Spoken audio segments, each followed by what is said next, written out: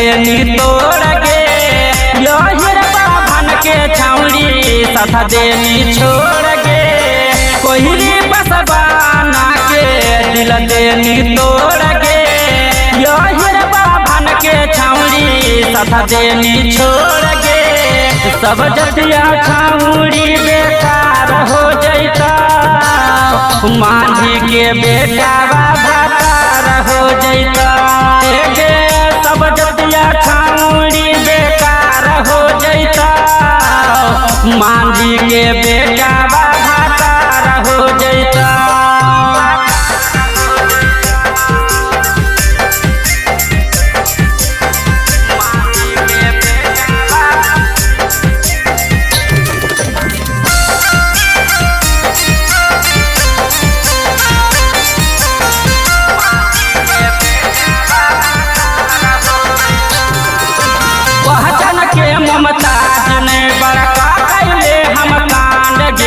नाम लेके काम बोलाबो कहौ मांझी बरांड गे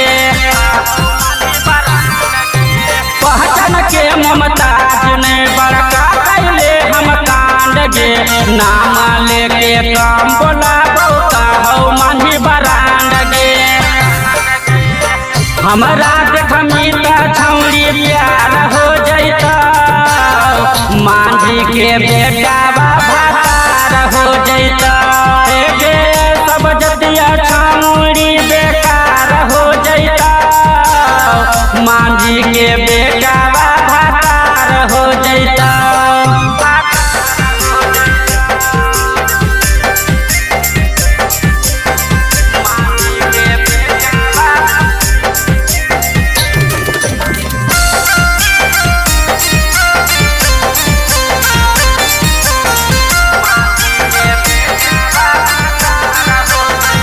तोरा खातिर केतना छौड़ा बन गेलौ दासी पीछे पड़ल हकौ छौड़ी रघुवीर 85।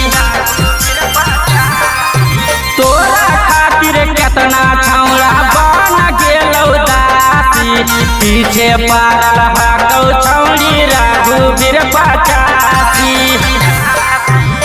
शंभु बिहारी के बतिया याद रह जैता मांझी के बेटा भातार हो जैता सब जतिया छौड़ी बेकार हो जैता मांझी के बेटा भातार हो जैता।